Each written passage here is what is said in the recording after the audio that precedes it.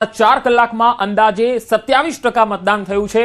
15 મહાનગરપાલિકામાં અંદાજે 23% મતદાન થયું છે, તો જિલ્લા અને તાલુકા પંચાયતમાં અંદાજે 26.2% મતદાન નોંધાયું છે, તો નગરપાલિકામાં અંદાજે 27.3% મતદાન થયું છે। પહેલા 4.5 કલાકના આ આંકડા છે। 27% જેટલું એવરેજ મતદાન। 15 મહાનગરપાલિકામાં અંદાજે 23% મતદાન થયું છે, તો જિલ્લા અને તાલુકા પંચાયતોમાં અંદાજે 26.2%ની આસપાસ મતદાન નોંધાયું છે। નગરપાલિકામાં અંદાજે 27.3% મતદાન થયું છે। અને હવે ગરમીનો પારો પણ ધીરે ધીરે વધી રહ્યો છે, એટલે મતદાન થોડું ધીમું પણ થઈ શકે છે, કારણ કે ગરમીમાં લોકો કદાચ એટલા બહાર ન નીકળે જેટલા આપણે સવારમાં જોયા। અત્યારે જે મતદાતાઓની જે કતારો દેખાઈ રહી છે, એવી કતારો કદાચ આપણે બપોરે ન પણ જોઈ શકીએ, પરંતુ હજુ પણ ન્યૂઝ 18 આપ સૌને અપીલ કરે છે કે જે લોકો મતદાન કરવાના બાકી છે, જેમને મતદાન એટલે વોટ નથી આપ્યો, એ લોકો હજુ પણ બહાર નીકળે અને પોતાના મતાધિકારનો ઉપયોગ કરે। કોમલ, કારણ કે આજના દિવસને ભૂલવો ન જોઈએ। લોકશાહીનો પર્વ છે, સૌએ એમાં સહભાગી બનવાની જરૂર છે। જી પંકજ, એટલે વહેલી સવારથી જે લોકો દ્વારા મતદાન કરવામાં આવી રહ્યું હતું, હવે બપોરનો સમયગાળો છે, એટલે ધીરે ધીરે કદાચ મતદાન ઓછું થવાની શક્યતા છે, પરંતુ અલગ અલગ તસવીરો પણ આપણે હમણાં ટીવી સ્ક્રીન પર દર્શાવી રહ્યા હતા। એક તરફ અમિત શાહ હતા કે જેઓ મતદારોનું અભિવાદન ઝીલી રહ્યા હતા, અને બીજી તરફ આ મતદારોની લાંબી કતારો જોવા મળી રહી છે કે જ્યાં તેઓ અત્યારે ગરમી છે તેમ છતાં પણ પોતાના અધિકારનો ઉપયોગ કરી રહ્યા છે, મત આપવા માટે આવી રહ્યા છે। તો બીજી તરફ તંત્ર તરફથી પણ ખાસ વ્યવસ્થાઓ કરવામાં આવી છે। રાજકોટ પર નજર કરીએ તો રાજકોટમાં કોંગ્રેસના ઉમેદવાર વશરામ સાગઠિયાની અટકાયત કરવામાં આવી છે। કોંગ્રેસના ઉમેદવાર વશરામ સાગઠિયાએ આક્ષેપ કર્યો છે, પોલીસ સ્ટેશન બોલાવીને પાછળથી ખોટું કરવાનો આક્ષેપ કર્યો છે, તો 2 કલાક દરમિયાન વોર્ડમાં ટકાવારી વધી જશે તેવું પણ કહેવામાં આવ્યું છે।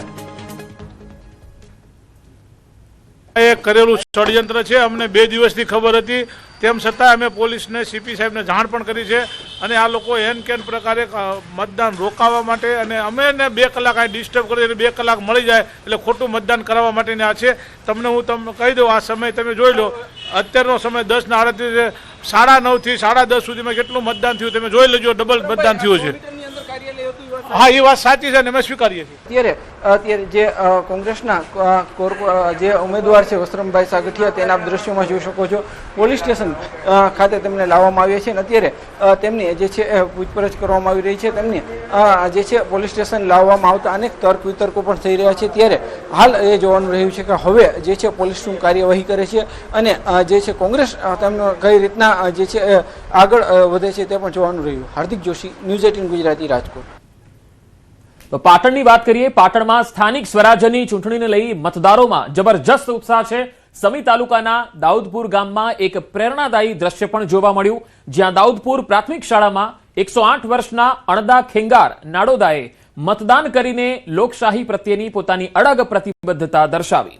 વૃદ્ધાવસ્થામાં તેમનો જાગૃત અભિગમ સૌ માટે પ્રેરણારૂપ બન્યો છે। તસવીરોમાં તમે જોઈ શકો છો, સૌથી વયોવૃદ્ધ આ મતદાતા છે, 108 વર્ષની ઉંમરના, અને તેઓ પોતાના મતાધિકારનો ઉપયોગ કરવા માટે મતદાન બૂથ સુધી આવ્યા।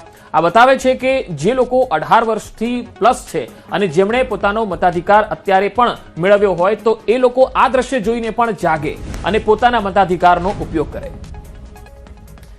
તો રાજ્યમંત્રી પીસી બરંડાએ પણ મતદાન કર્યું છે, અને શામળાજીના વાંકા ટીંબા ખાતે વતનમાં તેમના દ્વારા મતદાન કરવામાં આવ્યું। મંત્રી પીસી બરંડાએ પરિવાર સાથે મતદાન કર્યું।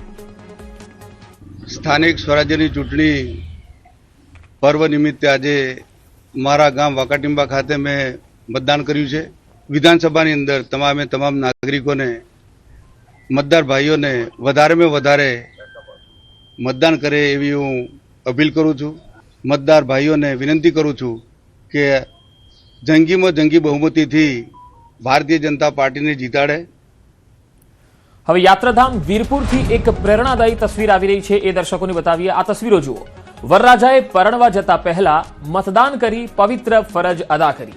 વરરાજાએ પોતાની જાન લઈને નીકળતા પહેલા મતદાન મથકે પહોંચીને પોતાનો કિંમતી મત આપ્યો।